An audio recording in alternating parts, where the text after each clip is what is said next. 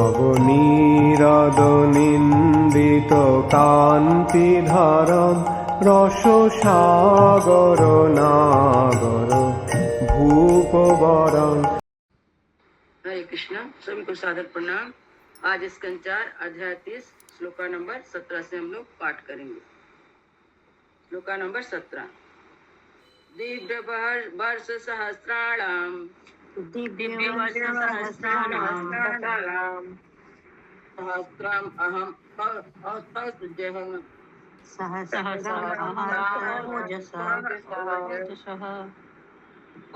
भगवान बोधयता भोगान्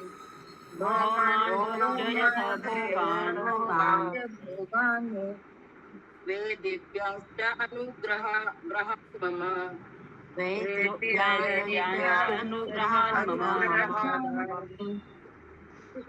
आप आगे पढ़िए।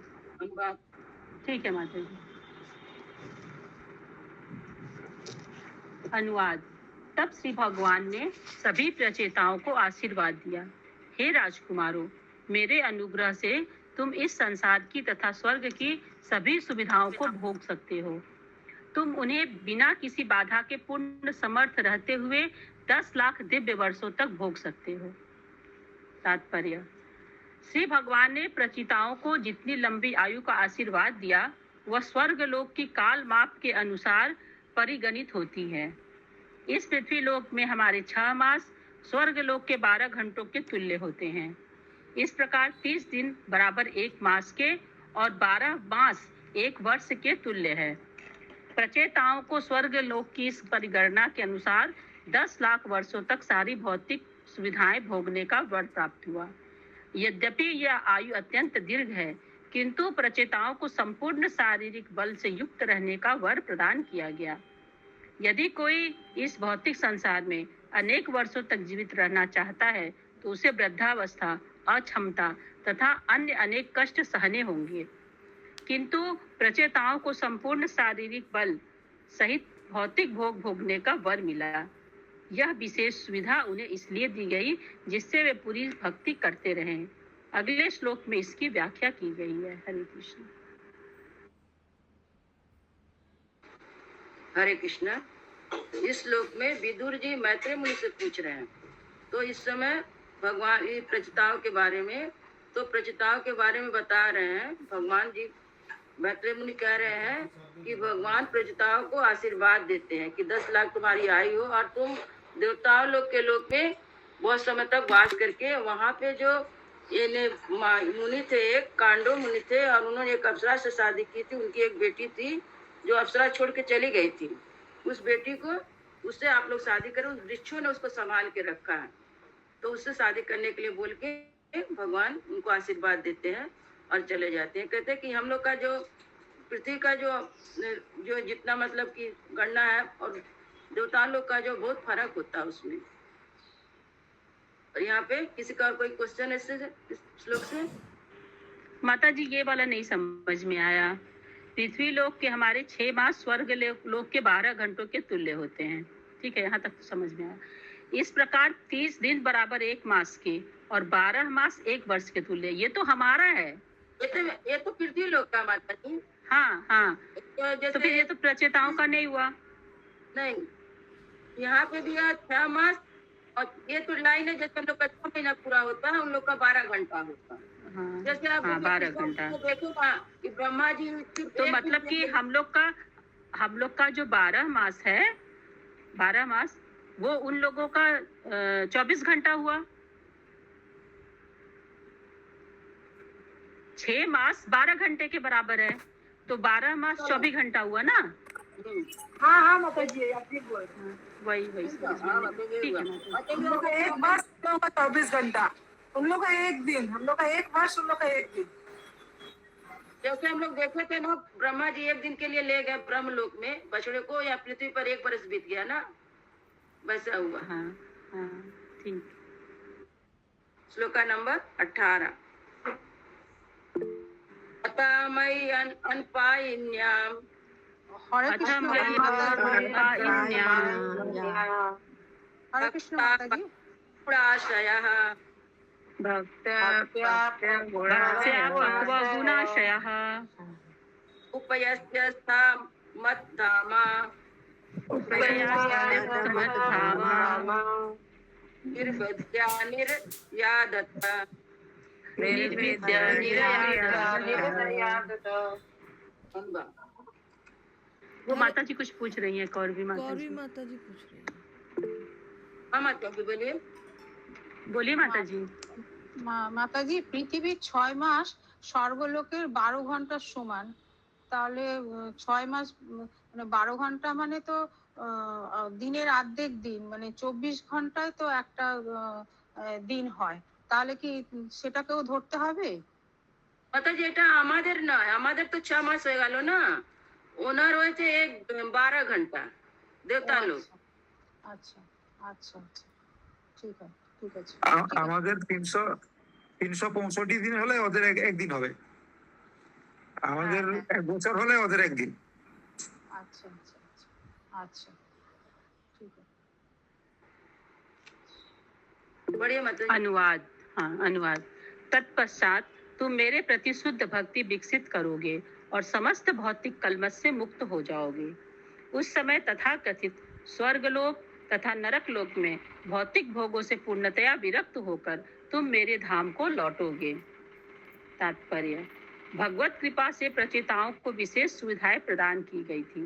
यद्यपि वे भौतिक सुखोभोग के लिए लाखों वर्ष जीवित रहेंगे, किंतु तो भी वे श्री भगवान की दिव्य प्रेमा भक्ति में अविचल बने रहेंगे। इस प्रकार संलग्न रहकर सारे प्रचेता भौतिक आसक्ति से पूर्णतया मुक्त हो जाएंगे। भौतिक आसक्ति अत्यंत प्रबल होती है। भौतिकवादी एक जन्म में धन, धरती, मित्र, समाज, मित्रता, प्यार आदि अर्जित करता है और इस शरीर के विनष्ट होने पर वह स्वर्ग लोक का भी भोग चाहता है। किंतु यदि मनुष्य भक्ति में सेवा में लगा रहता है तो वह समस्त भौतिक सुख तथा दुख से विरक्त हो जाता है। इस भौतिक जगत में जो लोग स्वर्ग लोग भेजे जाते हैं समस्त सुख उपभोग करते कहे जाते हैं, किंतु जो नरक लोक को भेजे जाते हैं उन्हें नारकीय अवस्था बितानी होती है। किंतु भक्त स्वर्ग तथा नरक इन दोनों की अवस्थाओं से परे हैं। श्रीमद् भागवत गीता 14.26 के अनुसार भक्त की स्थिति इस प्रकार है: माम च यो व्यभिचारेण भक्ति योगेन सेवते स गुणान समतीतैतान ब्रह्म भूयाय कल्पते। जो मनुष्य पूर्ण भक्ति में लगा रहता है, जो किसी भी परिस्थिति में भ्रष्ट नहीं होता है, वह तुरंत भौतिक प्रकृति के गुणों को पार करके ब्रह्म के पद तक पहुंचता है। भक्त सदैव ब्रह्म पद पर स्थित रहता है। उसे भौतिक सुख या दुख से कुछ सरोकार नहीं रहता। जब वह भक्ति में दृढ़ रहता है और समस्त भौतिक आसक्ति से रहित एवं भौतिक प्रकृति के तीनों गुणों से असदूषित रहता है, तो वह घर को अर्थात श्री भगवान के धाम को वापस जाने में सक्षम होता है। यद्यपि विशेष आशीर्वाद के कारण प्रचेता गण लाखों वर्षों तक भौतिक सुखों का भोग कर सकेंगे, किंतु वे उनके प्रति आसक्त नहीं होंगे। अतः भौतिक सुखोपभोग के बाद वे वैकुंठ लोक प्राप्त करेंगे और श्री भगवान के पास वापस जाएंगे। पक्व गुणाशय शब्द का विशिष्ट महत्व है, क्योंकि इसका अर्थ यह है कि भक्ति में सेवा द्वारा मनुष्य भौतिक प्रकृति के तीनों गुणों के प्रभाव को छोड़ने में समर्थ होता है। जब तक मनुष्य भौतिक प्रकृति के गुणों से प्रभावित होता रहता है, तब तक वह श्री भगवान के पास नहीं लौट पाता। इसकी स्पष्ट व्याख्या हुई है कि भौतिक जगत के सारे लोग ब्रह्म लोक से लेकर नरक लोक तक भक्त के लिए अनुपयुक्त स्थान है। पदम पदम यद विपदाम न तेषाम, जहाँ पग पग पर विपदा हो वह निश्चय ही सुखमय स्थान नहीं है। अतः श्री भगवान श्रीमद् भागवत गीता 8.16 में कहते हैं: अब्रह्म भुवनालोका पुनरवर्तिनो अर्जुन मामुपेत्य तु कौन्तेय पुनर्जन्म न विद्यते। हे अर्जुन, भौतिक जगत में सबसे ऊपरी ब्रह्मलोक से लेकर नीचे तक के सभी लोग क्लेशपूर्ण स्थान हैं, जहाँ जन्म तथा मृत्यु बारंबार होते हैं। परंतु हे कुंती पुत्र, जो मेरे धाम को प्राप्त कर लेता है वह इस संसार में पुनः जन्म नहीं लेता। अतः यदि कोई इस भौतिक ब्रह्मांड में सर्वोच्च लोक ब्रह्मलोक को भी प्राप्त कर ले, तो भी कोई लाभ नहीं है। किंतु यदि कोई किसी प्रकार से ऋषि भगवान के धाम को जा सके तो वह फिर इस भौतिक संसार में कभी वापस नहीं आता। हरे कृष्ण। हरे कृष्ण। किसी को कोई प्रश्न है?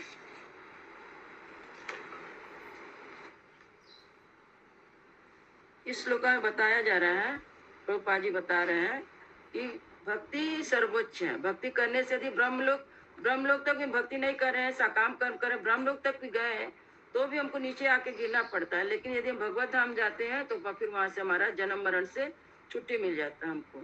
और यहाँ पे एक भी शब्द दिया, पक गुड़ा सया शब्द विष्णु के अर्थ है कि भक्ति में सेवा द्वारा मनुष्य भौतिक प्रकृति के तीनों गुणों को लांघ सकता है। जैसे प्रचेताओं ने किया। प्रचेताओं ने शुरू में 10,000 वर्ष तक तपस्या किया, तब शिव जी उनको मिले। और शिव जी मिलने के बाद उन्होंने भगवान के बारे में, भगवान के स्तुति के बारे में शिव जी ने उनको बताया। फिर भगवान प्रसन्न हुए, फिर भगवान आए और उनको समझाया कि आप लोग शादी करके आप लोग गृहस्थ में रहिए, क्योंकि लोग भक्त थे। भक्त शादी ब्याह भी कर लेता है तो भी भक्ति में ही रहता है, उसका भक्ति छूटता नहीं है। लेकिन जो संसार में बारंबार आसक्त रहता है संसार में, वो बार बार उसको जन्म मृत्यु उसका होता रहेगा, क्योंकि पुण्य कर्म करेगा, पाप कर्म करेगा, उसको भोगने के लिए बार बार उसको आना पड़ेगा संसार में। और किसी का कोई प्रश्न है?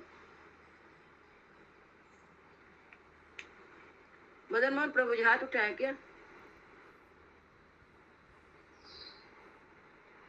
श्लोक नंबर 19। गृहेषु अविसंस्कृतां चापि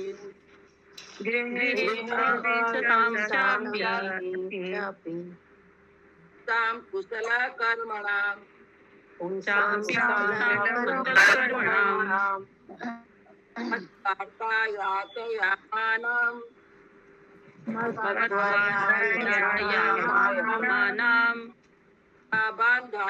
बांधायाय गृहामतः।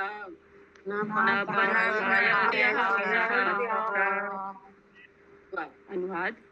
जो लोग भक्ति के शुभ कार्यों में लगे होते हैं वे यह भली भांति समझते हैं कि पूर्ण पुरुषोत्तम भगवान ही समस्त कर्मों के परम भोक्ता हैं। अतः जब भी ऐसा व्यक्ति कोई कार्य करता है तो कर्म फल पूर्ण पुरुषोत्तम भगवान को अर्पित कर देता है और श्री भगवान की कथाओं में व्यस्त रहते हुए ही सारा जीवन बिताता है। ऐसा व्यक्ति गृहस्थ आश्रम में रहकर भी कर्म फलों से प्रभावित नहीं होता है। तात्पर्य। सामान्यतः परिवार में रहते हुए व्यक्ति सकाम कर्म में अत्यधिक आसक्त रहता है, अर्थात वह अपने कर्मों के फलों को भोगने का प्रयास करता है। किंतु भक्त जानता है कि भगवान श्री कृष्ण ही परम भोक्ता तथा स्वामी है। भोक्ताराम यज्ञ तपसाम सर्वलोक महेश्वरम। अतः भक्त अपने आप को किसी भी व्यापार का स्वामी नहीं समझता। भक्त सदा पूर्ण पुरुषोत्तम भगवान को ही स्वामी मानता है। अतः अपने सारे व्यापारों के फल परमेश्वर को ही अर्पित करता रहता है। अतः जो व्यक्ति इस तरह अपने परिवार तथा बच्चों के बीच रहता है वह कभी भी भौतिक संसार के कलमश से प्रभावित नहीं होता। इसकी पुष्टि श्रीमद् भगवद गीता 3.9 में इस प्रकार हुई है। यज्ञ अर्थात कर्मणो अन्यत्र लोको अयम कर्म बंधनः तदर्थम कर्म कौन्तेय मुक्त संगः समाचरः। जो व्यक्ति अपने कर्मों के फल भोगना चाहता है वह कर्म फल से बंध जाता है, किंतु जो व्यक्ति फल या लाभ को पूर्ण पुरुषोत्तम भगवान को अर्पित कर देता है वह उनसे नहीं बंधता। यही सफलता का रहस्य है। सामान्यतः कर्म फल से मुक्त होने के उद्देश्य से ही लोग संन्यास ग्रहण करते हैं। जो व्यक्ति अपने कर्मों के फल को ग्रहण नहीं करता अपितु पूर्ण पुरुषोत्तम परमेश्वर को अर्पित कर देता है वह निश्चित रूप से मुक्त अवस्था में रहता है। श्रील रूप गोस्वामी ने इसकी पुष्टि भक्ति रसामृत सिंधु में इस प्रकार की है। इहा यस्य हरेर्दासे कर्मणा मनसा गिरा निखिला स्वप्य अवस्थासु जीवं मुक्तः स उच्यते। जो व्यक्ति अपने जीवन, धन, वाणी, बुद्धि तथा अपने पास जो कुछ भी है उन सब से श्री भगवान की सेवा में लगा रहता है वह हर अवस्था में मुक्त होगा। ऐसा व्यक्ति जीवन मुक्त कहलाता है। जो लोग कृष्ण भक्ति से रहित होकर भौतिक कार्यों में लगे रहते हैं वे भव बंधन से अधिक फंसते चले जाते हैं। उन्हें अपने सारे कर्मों के फल भोगने पड़ते हैं। अतः यह कृष्ण भावनामृत आंदोलन मानवता के लिए महानतम वरदान है, क्योंकि यह मनुष्य को कृष्ण भक्ति में सदैव लगाए रखता है। भक्तगण भगवान श्री कृष्ण का ही चिंतन करते हैं, श्री कृष्ण के लिए ही कर्म करते हैं, उन्हीं के लिए खाते पीते तथा सोते हैं। इस प्रकार प्रत्येक वस्तु श्री भगवान की सेवा में लगती है। कृष्ण भक्ति में लगा पूरा जीवन मनुष्य को भौतिक कलमश से बचाता है, जैसा कि श्रील भक्ति सिद्धांत सरस्वती गोस्वामी महाराज ने कहा है। हरे कृष्ण भज। हरे हाँ माता जी। खबरें करो माता जी पढ़े वाला बंगला में अच्छा पढ़े। माता जी आप पढ़िए। হ্যাঁ মাতাজি পড়ছি। কৃষ্ণ ভজনে যাহা হয় অনুকূল, বিষয় বলিয়া তাগে তাহা হয় ভুল। हरे कृष्ण माता जी। हरे कृष्ण। यदि कोई इतना सक्षम हो कि प्रत्येक वस्तु को श्री भगवान की सेवा में अर्पित कर सके, तो उसके लिए इस भौतिक जगत का परित्याग करना भारी भूल होगी। मनुष्य को सीखना चाहिए कि किस प्रकार प्रत्येक वस्तु को श्री भगवान की सेवा में लगाया जाए, क्योंकि प्रत्येक वस्तु का संबंध भगवान श्री कृष्ण से है। यही जीवन का असली उद्देश्य और सफलता का रहस्य है। श्रीमद् भगवद गीता 3.19 में इसकी पुष्टि की गई है। तस्मादासक्त सततम कार्यम कर्म समाचर, असक्तो ही अचरत कर्म परमापनोति पुरुषः। इसलिए मनुष्य को कर्म फल में आसक्त हुए बिना कर्तव्य की भांति कर्म करना चाहिए, क्योंकि अनासक्त होकर किया गया कर्म परम लक्ष्य को प्राप्ति कराने वाला है। श्रीमद् भागवत गीता के 3 अध्याय में इंद्रिय तृप्ति हेतु तथा परमेश्वर को प्रसन्न करने के लिए किए जाने वाले भौतिक कार्यों पर विशेष विचार किया गया है। निष्कर्ष यह है कि ये एक जैसे नहीं हैं। इंद्रिय तृप्ति के हेतु किए गए कार्य भौतिक बंधन के कारण हैं, जबकि भगवान श्री कृष्ण को प्रसन्न करने हेतु किए गए वही कार्य मुक्ति के कारण बनते हैं। वही कार्य बंधन तथा मुक्ति दोनों का कारण कैसे बन सकता है, इसकी व्याख्या इस प्रकार है। दूध की बनी बहुत सी वस्तुएं तथा खीर, रबड़ी इत्यादि खाने से कुपच या अतिसार हो सकता है, किंतु कुपच होते हुए भी दूध से ही बना और काली मिर्च तथा नमक से मिला मट्ठा कुपच को दूर कर देता है। दूसरे शब्दों में, दूध की बनी एक वस्तु कुपच तथा अतिसार का कारण बन सकती है, किंतु दूध से ही बनी दूसरी वस्तु उसे अच्छा कर सकती है। यदि कोई व्यक्ति विशेष भगवत कृपा से भौतिक ऐश्वर्य को प्राप्त करता है, तो उसे उस ऐश्वर्य को बंधन का कारण नहीं समझना चाहिए, जबकि परिपक्व भक्त को ऐश्वर्य लाभ होता है तो उस पर बुरा प्रभाव नहीं पड़ता, क्योंकि वह इस ऐश्वर्य को श्री भगवान की सेवा में लगाने की विधि को जानता है। संसार के इतिहास में ऐसे अनेक उदाहरण मिलते हैं। महाराज पृथु, प्रहलाद महाराज, जनक, ध्रुव, वैवस्वत मनु तथा महाराज इक्ष्वाकु जैसे अनेक राजा हुए हैं। ये सभी महान राजा थे और इन पर पूर्ण पुरुषोत्तम भगवान की विशेष कृपा भी थी। यदि भक्त परिपक्व नहीं है तो श्री भगवान उसके समस्त ऐश्वर्य को छीन लेते हैं। श्री भगवान स्वयं इस सिद्धांत को बताते हैं। यस्याम अहम अनुगृणामि हरिष्ये तद्धनव सनः। मैं अपने भक्त पर जो सबसे पहली कृपा दिखाता हूँ वह है उसके समस्त ऐश्वर्य का हरण कर लेना। जो भौतिक ऐश्वर्य भक्ति में बाधक होता है उसे श्री भगवान ले लेते हैं, किंतु यदि कोई व्यक्ति भक्ति में परिपक्व है तो वे उसे सारी भौतिक सुविधाएं प्रदान करते हैं। हरे कृष्ण। हरे कृष्ण। किसी कोई प्रश्न है? यहाँ पे बता रहे हैं कि जैसे जो कर्म तो वही एक ही कर्म है, लेकिन भगवान भक्ति में लाते उस कर्म को, तो हमारा मतलब वो हमको उद्धार करने वाला, भगवत धाम ले जाने वाला होता है, और नहीं तो वही कर्म हमको बंधन में डालने वाला। इसका उदाहरण में दिए, जैसे दूध से बने जैसे खीर और रबड़ी है, उसको खाने से यदि कुपथ माने पेट खराब हो सकता है, लेकिन यदि हम उसी को दूध का ही मट्ठा बना के उसमें नमक और गोल मिर्च डाल के लेते हैं तो हजम करता है। इसी तरह बताया गया कर्म एक ही है, वही कार बंधन है, वही कार मुक्ति देने वाला है। लेकिन यदि हम भक्ति में रहते हैं, तब यदि भक्ति में रहते हैं, सकाम कर्म करते रहेंगे तो बंधन का कारण हो जाएगा, और भक्ति में रहकर भगवान के लिए, भगवान को अर्पित करते हुए कर्म को करेंगे, वो भक्ति बन जाएगा। यहाँ पर जैसे उदाहरण दिया गया महाराज पृथु का, महाराज प्रहलाद महाराज का, जनक महाराज, ध्रुव महाराज, वैश्वत मनु महाराज, इच्छाकु, ये लोग सब भक्त थे, लोग बड़े बड़े राजा थे। और बता रहे भगवान भी ईश्वर को छीन भी लेते हैं, लेकिन जो बहुत भक्त बन जाते हैं उनका ईश्वर वापस भी कर देते हैं। अपना भक्त बनाने के लिए उनका ईश्वर को छीन लेते हैं, और भक्त बन जाते हैं, जब बड़े भक्त बन जाते हैं तो उनको सारी सुविधाएं प्रदान भी कर देते हैं भगवान। श्लोका नंबर 20।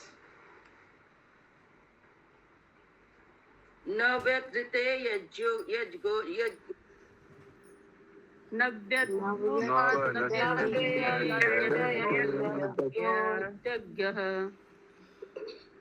ब्रह्मेतत् ब्रह्मवादिभिः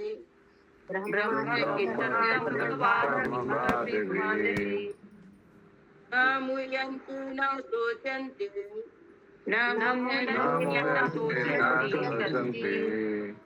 न हृष्यन्ति यतो गतः।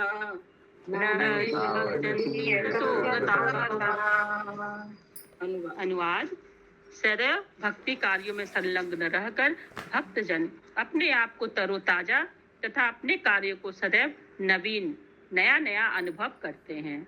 भक्त के हृदय के भीतर सर्वज्ञाता परमात्मा प्रत्येक वस्तु को अधिकाधिक नया बनाते रहते हैं। परम सत्य के पक्षधर ब्रह्मवादी इसे ब्रह्मभूत कहते हैं।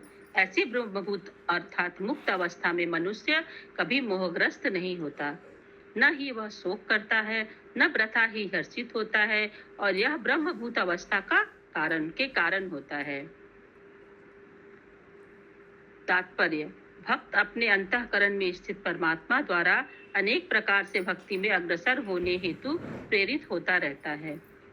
भक्त न तो कभी उबने का अनुभव करता है और न ही अपने आप को निष्क्रिय अवस्था में अनुभव करता है।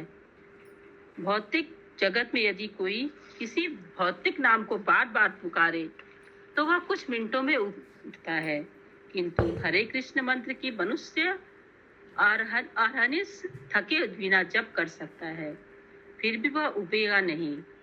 जप की संख्या बढ़ाने पर वह नित नया जान पड़ता है।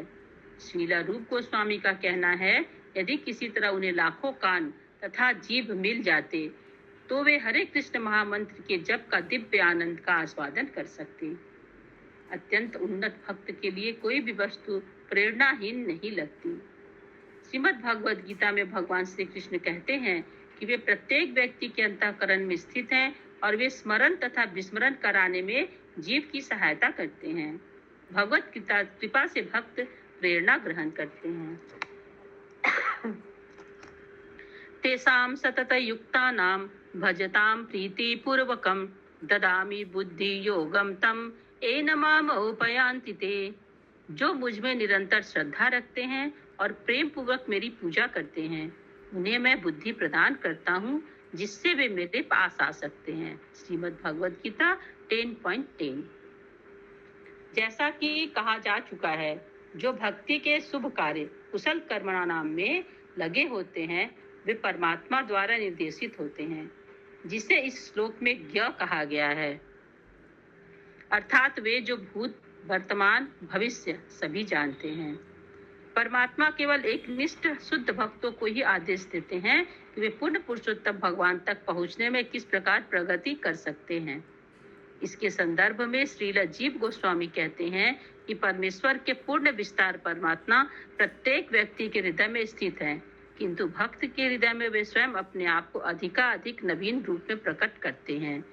उनसे प्रेरणा ग्रहण करके भक्त उनकी भक्तिमय सेवा में और अधिक दिव्य आनंद का अनुभव करता है। हरे कृष्ण। हरे कृष्ण। इसे कोई प्रश्न है? इस हरे कृष्ण। हाँ, हरे कृष्ण। एक यहाँ पे लाइन गया है, शील रूप गोस्वामी का कहना है, यदि किसी तरह उन्हें लाखों कान और जीभें मिल जाती तो वे हरे कृष्ण महामंत्र के जप के दिव्य आनंद का आस्वाद न कर सकते। मतलब आस्वादन है माता जी, आस्वादन। आस्वादन कर सकते हो, आपका प्रिंटिंग में गलत हुआ होगा। या हम लोग देव ने अलग अलग लिखा है, आस्वादन कर आस्वाद सकते न हो। कर सकते। नहीं होगा, कर सकते। ओके, आस्वादन है, आस्वादन मतलब ज्यादा आनंद ले सकते। लेकिन हम लोग में अलग अलग लिखा, आस्वाद न कर सकते। देखिए इसमें भी लिखा हुआ, देखिए ये जो शेयर हो नहीं, रहा है। हम लोग के बुक में आस्वादन एक साथ है माता जी। Okay. गलत प्रिंट में गलत हो गया मतलब जी, यहाँ पे प्रिंट का गलत किया। यहाँ लिखा हुआ आस्वादन कर सकते, क्योंकि भगवान का जितना दिव्य नाम जितना लेगा उतना तो उसमें आनंद आएगा उनको।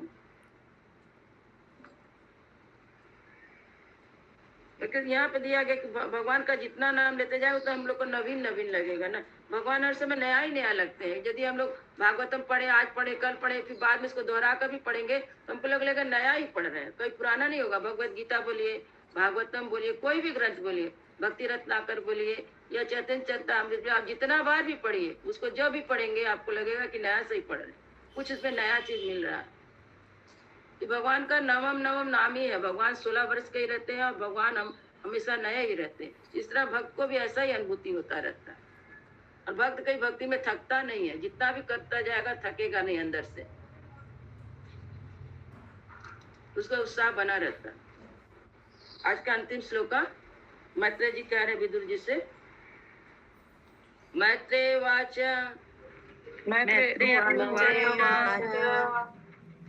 एवं ब्रुवाणं पुरुषार्थं भाजनम्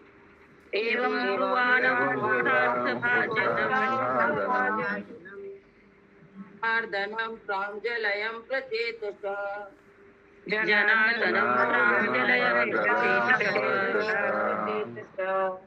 तद्दर्शनं तमोर्जो मनः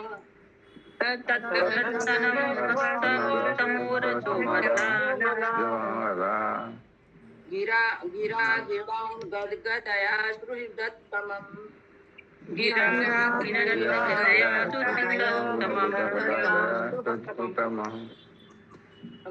श्री मैत्रेय मुनि ने कहा, श्री भगवान की इस प्रकार कहने पर प्रचेताओं ने उनकी प्रार्थना की। श्री भगवान जीवन की समस्त सिद्धियों को देने वाले और परम कल्याण करता है। वे परम मित्र भी हैं, क्योंकि वे भक्तों के समस्त कष्टों को हर लेते हैं। प्रचेताओं ने आनंद अतिरेक से गदगद वाणी में प्रार्थना करनी प्रारंभ की। वे श्री भगवान का साक्षात दर्शन करने से शुद्ध हो गए। तात्पर्य, यहाँ पर श्री भगवान को पुरुषार्थ भाजनम, जीवन के परम लक्ष्य का प्रदाता कहा गया है। हमें जीवन में जो भी सफलता चाहिए वह श्री भगवान की कृपा से प्राप्त की जा सकती है।